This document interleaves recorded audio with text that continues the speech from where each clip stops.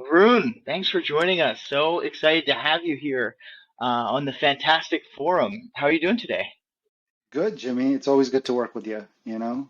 I feel honored, It, so good to always connect. yeah, well, and your audio sounds phenomenal. It looks like you got some nice headphones on No there. doubt. That's what you got to get, these Bose headphones. And if you want the smaller, we have the earbuds, we have the sound bars. I have to You say, got even for everything. me, I do.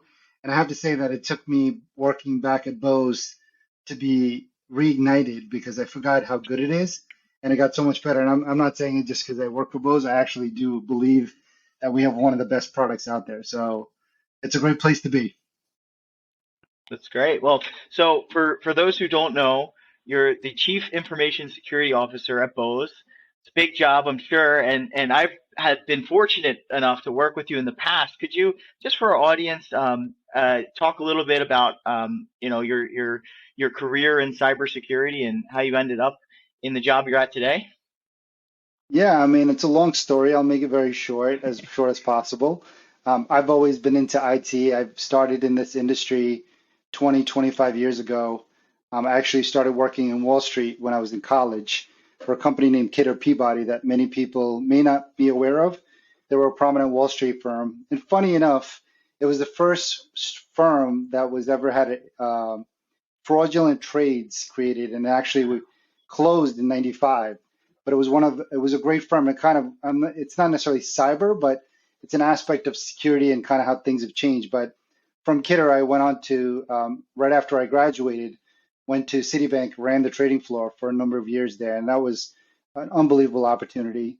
And then I went on to Condé Nast, and that's kind of soon after 9/11. It was right around that time, and that's kind of when SOX and PCI compliance and all that kind of started.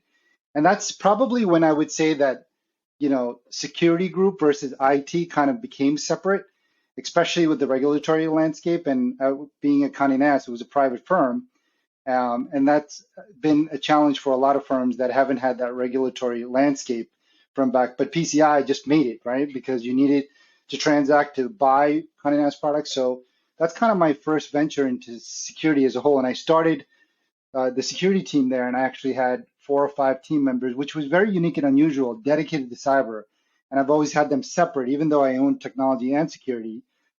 It was really a way into that area to kind of make sure they're separate and has that level of governance on it. So, and from there, from Condé Nast, I went over to Scholastic, kind of did very similar, running IT and security.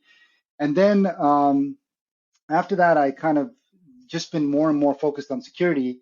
And about, I guess, the last 15 years has been really on security. I started working at Scout, which has now been bought by Barracuda, and there I was working with SMBs for about 6 years, just focused on helping them and guiding them. And coming from a larger enterprises and seeing what small companies, the challenges they have, it was evident to me how we could help them. And working with the CEO and from what we did at Scout, I think it was an unbelievable ride.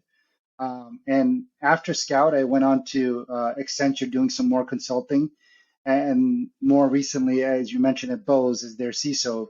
So I've had an incredible journey across the financial sector, publishing, media, and consulting. Consulting is probably a third of my career. So I have a really unique perspective on both the customer side and the challenges you have, both on the enterprise and on the small, on the consulting side, on both as well, right? When you work for a large company like Accenture, and then you work for Scout, and you work for, I've actually had a short stint at PwC as well. I've had a real good view, and I think that helps me excel in what I do today at Bose. And honestly, it's been great, and happy to have this conversation to kind of see where I could help. Yeah, one of the things I really admire about you and your professional career is how good you've always been at communicating really complex problems and breaking them down for people. And it's just telling, when you worked in IT early on and then into cyber, always being able to communicate risk and identify things and breaking it down into, really simple steps. But I I'd like to get your perspective now, because it seems from where I'm sitting and a lot of the MSPs in the audience that things are pretty bad in cyber and they're getting worse. And you're connected at the top level in, corporate America and really throughout the world from cybersecurity. So what are you seeing like from a macro cyber landscape point of view? Is it as bad as people think right now, or is it getting better? Do we have a chance? Yeah. So I think one, the business, right, as you're communicating and as business owners, you have to understand that you're always going to have a level of risk. It's a matter of how much the business is willing to accept, number one. And there's a certain amount of investment. So whether you're a small firm or a large firm, you have the same. It's just a bigger Mm, spend, right? But you'll never have enough spend to equate getting down to the risk level that you probably even want. Unfortunately, I think this is the sad truth. And most people don't want to tell you that, but it's just you're never going to get there, right? So the question is, what do you do? And what's the best things you can do around it? So I think definitely there are some things that continue to change and evolve, but having visibility into your environment is fundamental, right? Because as I've gone into companies and including on the customer side and on the consulting side, I think the ability to identify and respond is number one. You got to have that because fundamentally, being able to look at all of this stuff and saying, how do I know what I got to go? You got to have that visibility.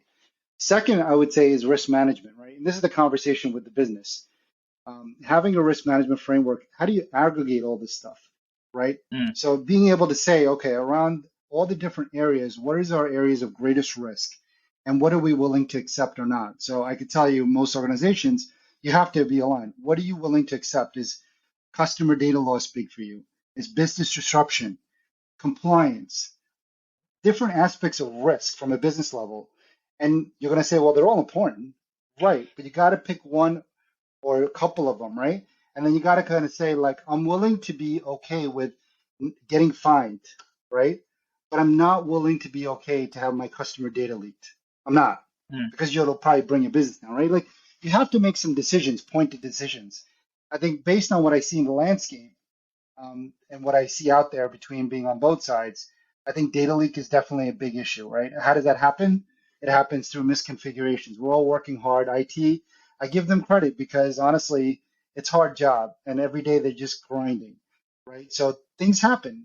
Everything may not be configured as it should be. Um, Having a level of visibility, like classification of data, data governance.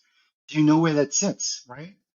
Monitoring of it, right? So as you identify, you can only control what you know, right? Yeah. So when you think about data and systems, asset management is a big issue out there. I don't care who you are, big or small, asset management, fundamentally, no one has this baked and solved. If they tell you that, I want to know who they are because I'll go work with them.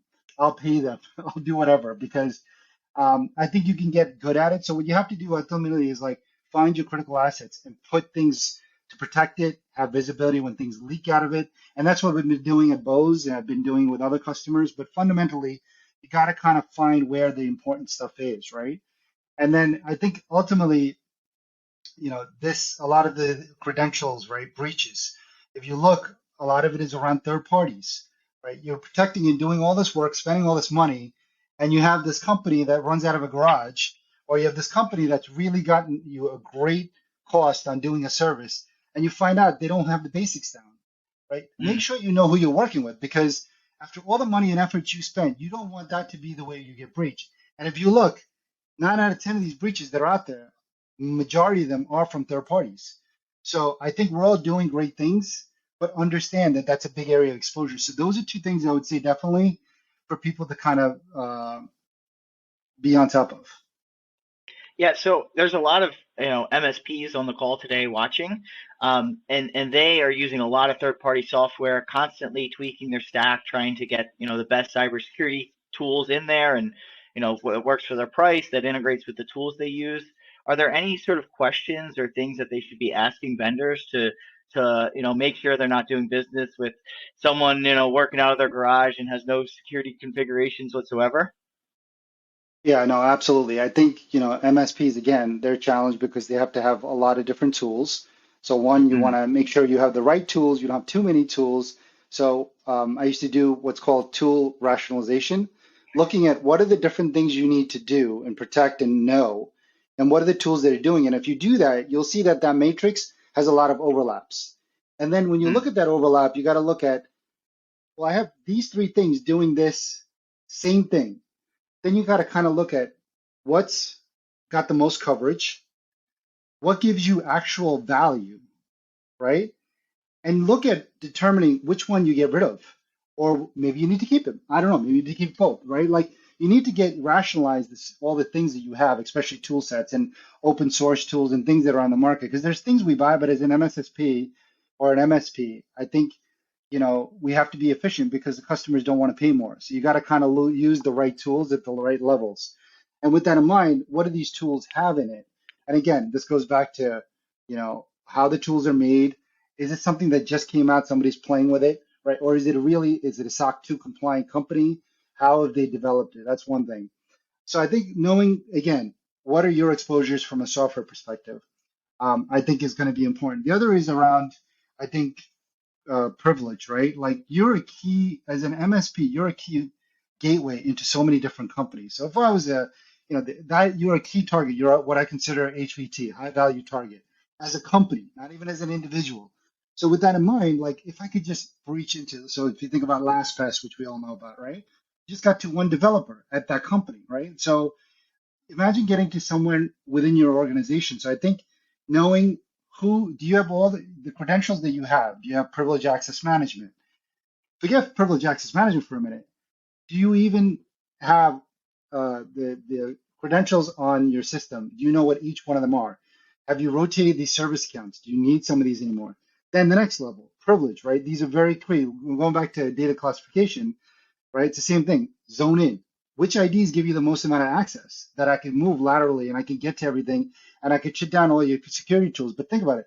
If someone gets access to a privileged access management tool, the first thing I would do is go shut down my security controls because now I can move and evade throughout the environment. So when you think about aspects of hygiene, basic hygiene, it's very important because for example, local admins, and I'm talking about it at the MSP level, right? Because these are things just organically grown because you're not a big company necessarily, right? You're a small shop. You had a bunch of people working on different things. You did things because you had to do it. Who has local admin? You have test accounts sitting locally on machines. Are these accounts yours or you created or someone else created it and sitting there? So there's a lot of aspects of hygiene that you need to look at. But fundamentally, I think you have to look at to prioritize on credentials for sure and having that clean, do vulnerability management and have visibility. I think just do the basics. And then if you can have dollars for some additional things, certainly go for it. But you got to get the fundamentals down and just do it really well, even if you can't get to the other ones. So, do you think that there's much of a difference between building a security program for, say, a smaller company that an MSP is working with versus, a really big company like BOSE or, a Fortune 500 company or something like that? Yeah, I mean, larger companies have the luxury of uh, investments in dollars, but let me just be clear, it's not unlimited. It's also a lot more for the same thing that a smaller company is trying to do, right? So it's not unlimited for anyone. Sure, they spend more, but you got to remember they're doing a lot more with a lot more users and a lot more environments.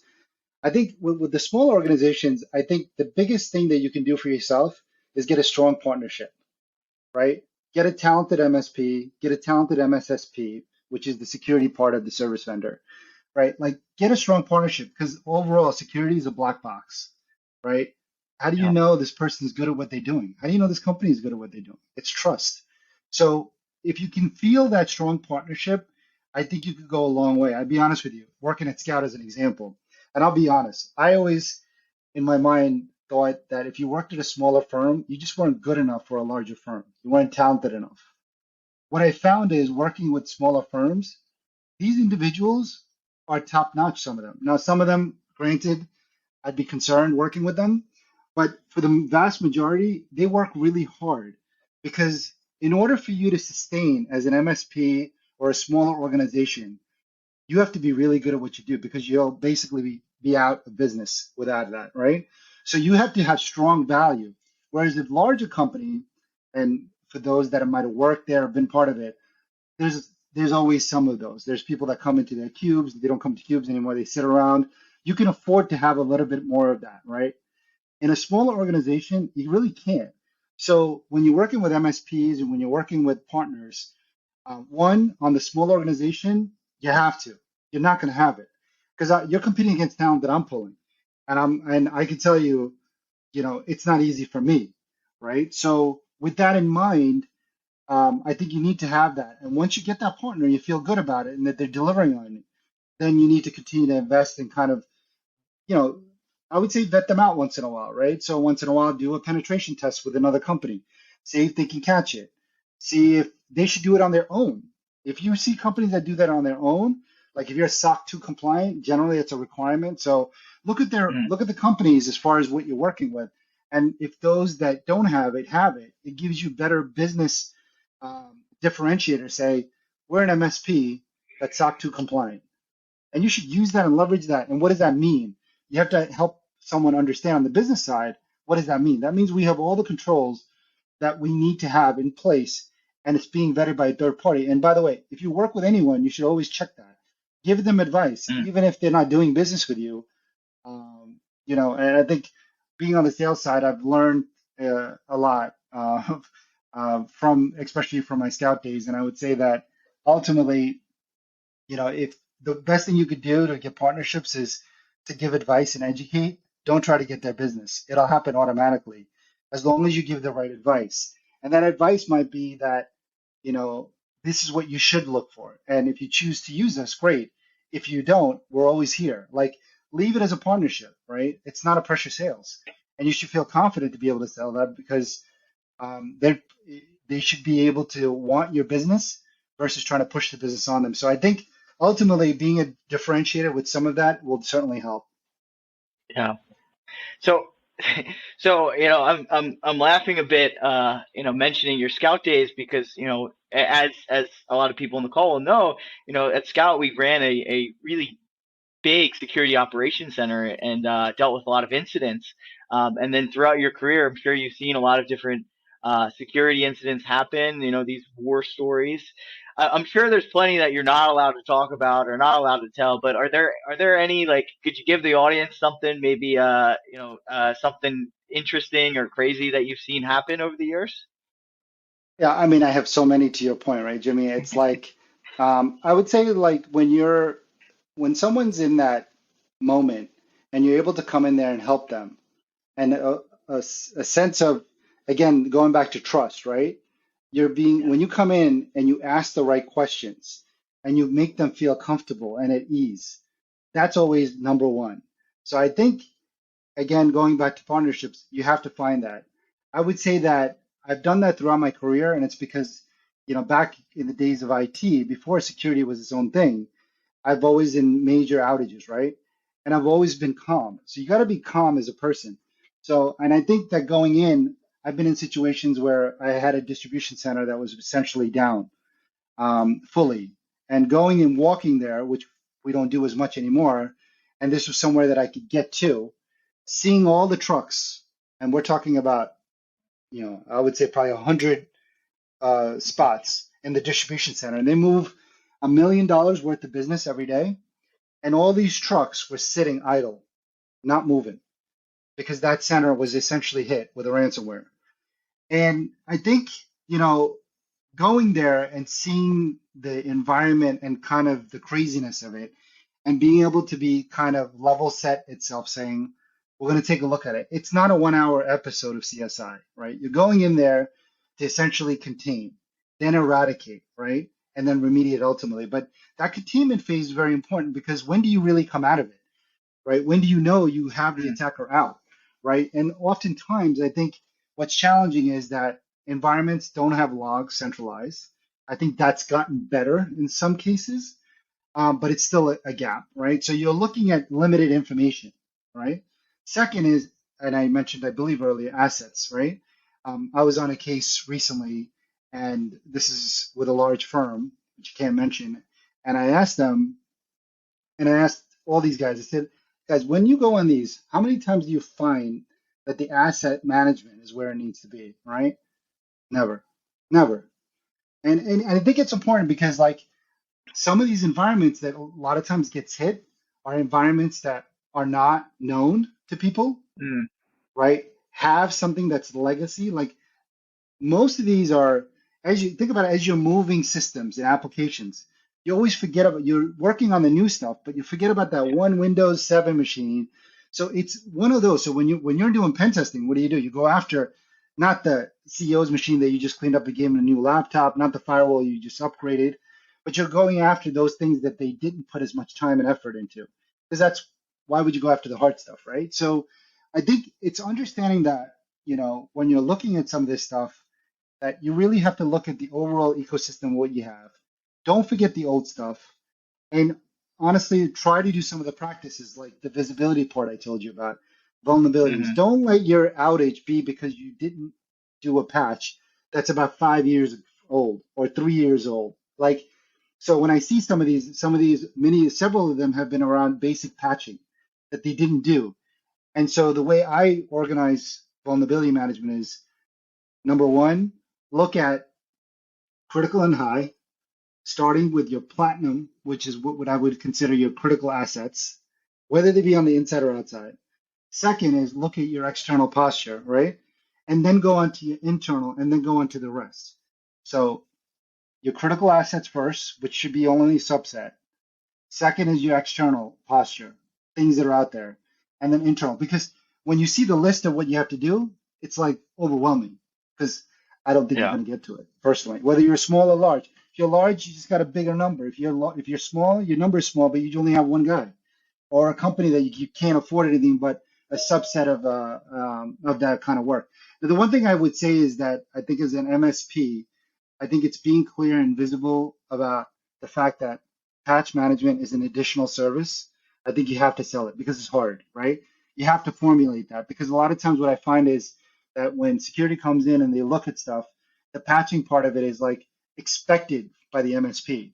And the MSP should be proactive in the renewal and saying, look, as we're doing this, we want to be conscious of your security posture. And as such, we have this option to do patch management. You could buy it as a bulk of hours, a bulk of system, however you package it. But be upfront about it and don't let that sit on the side because you know that they're not paying enough to try to do that work, which I get because it's hard. So try to be proactive and get that out there so that they can do that proactively so that you can keep their health. And if they say, you know what, and this goes back to risk management, it's just not something we can afford right now. Just say, okay, that's understood, but we do highly recommend it. Do you want to do just the critical assets? Maybe a couple of these systems? Okay, we could do that. But come to a consensus with them and don't wait for that outage to happen, right? Be proactive and let them, and you got to tell them why it's hard. Communicate in a business hmm sense why it's hard. So you've been through so many incidents and high pressure situations. I mean, it's literally your job for the past, throughout your entire career to handle these situations. And generally people will act irrationally and emotionally, where from a security standpoint, everything that I'm hearing you're saying is you need to stay calm, contain, eradicate, remediate, and follow the process and the steps for things. How do you stick to the proper process for things and keep emotions aside, even when there, may be a really distressed CEO or someone watching their business potentially crumble and something they've worked their entire life, potentially shutting down, costing them millions of dollars or jobs of people, all of those things. Like, how do you keep so calm in these situations? Yeah, I think number one is building credibility. I've done that everywhere, including where I am. So I would say that needs to be built as soon as possible because there has to be a level of trust and faith they have in you that they're not worried. I can tell you, I have situations that happen and the business in general is not concerned. Why? Because they trust that we know what we're doing.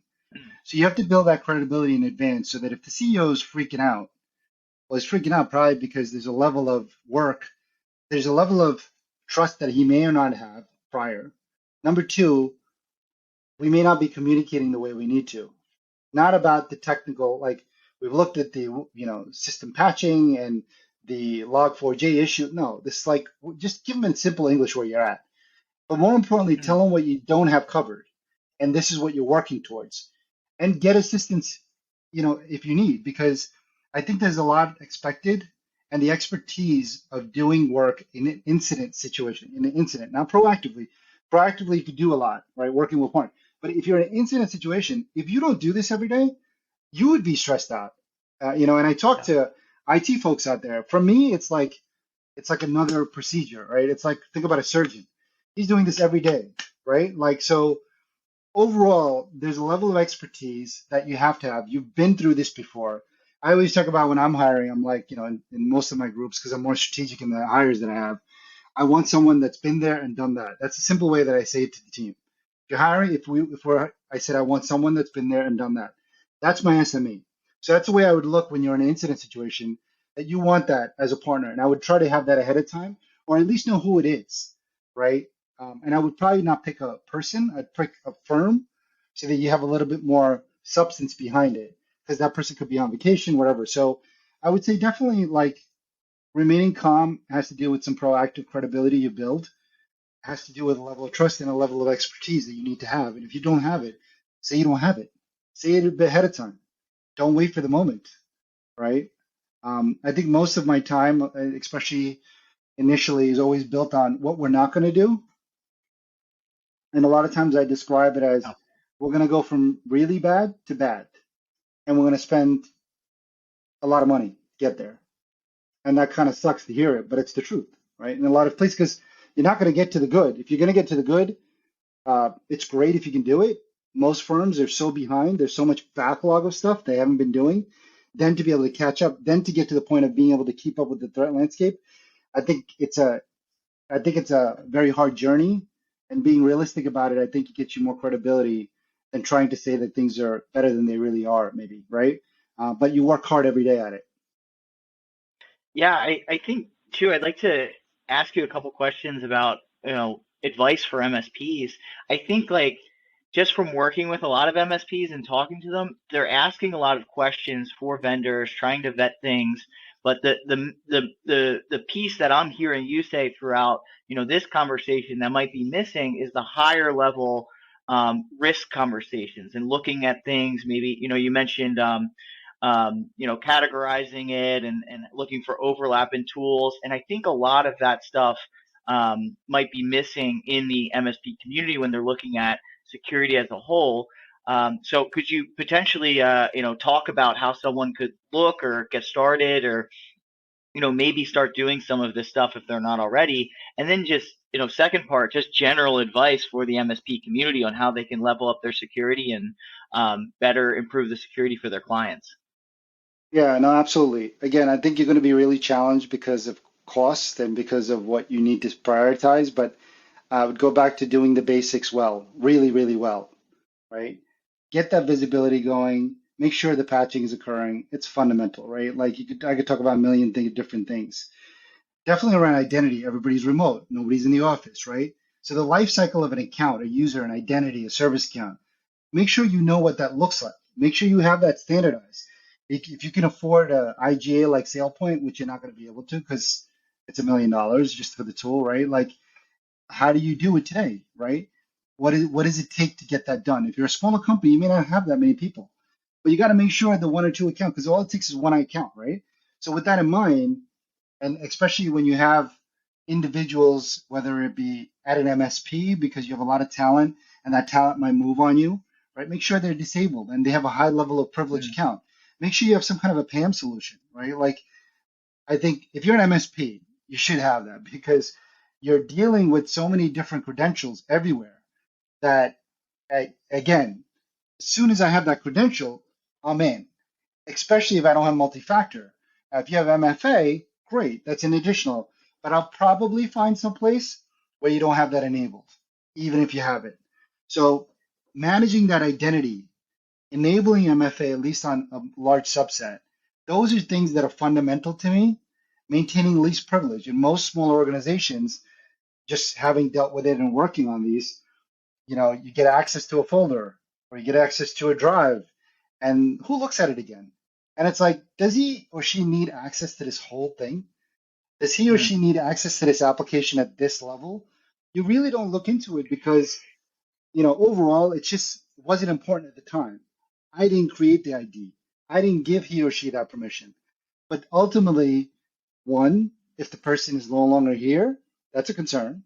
If the person is here and someone gets their account and credentials, it's a problem. In so many ways, it's a problem, right?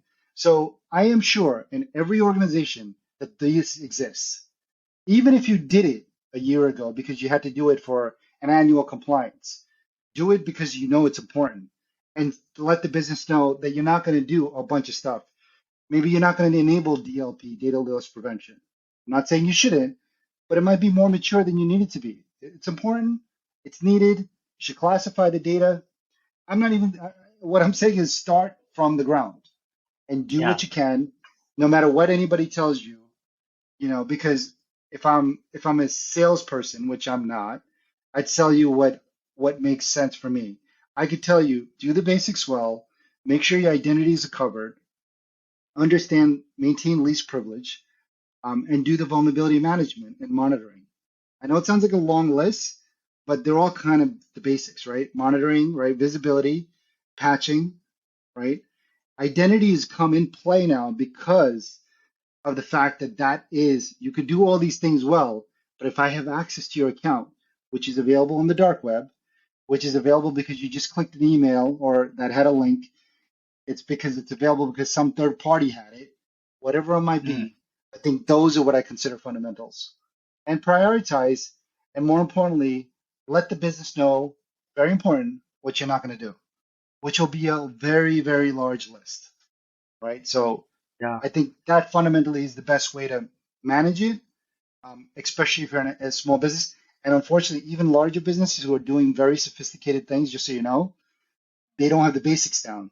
They're just doing it for different reasons, which they have the money, they have the dollars, it sounds good, but do the basics well.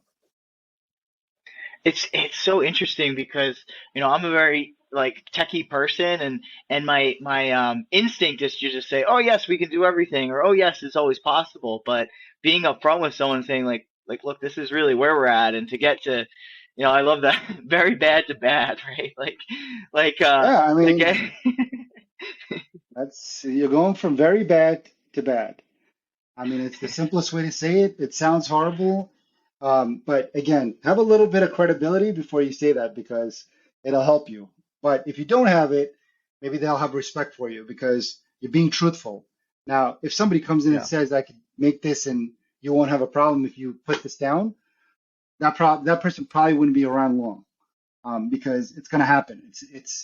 So I would say like be truthful to yourself, communicate, and build that credibility and that trust that the business has with you.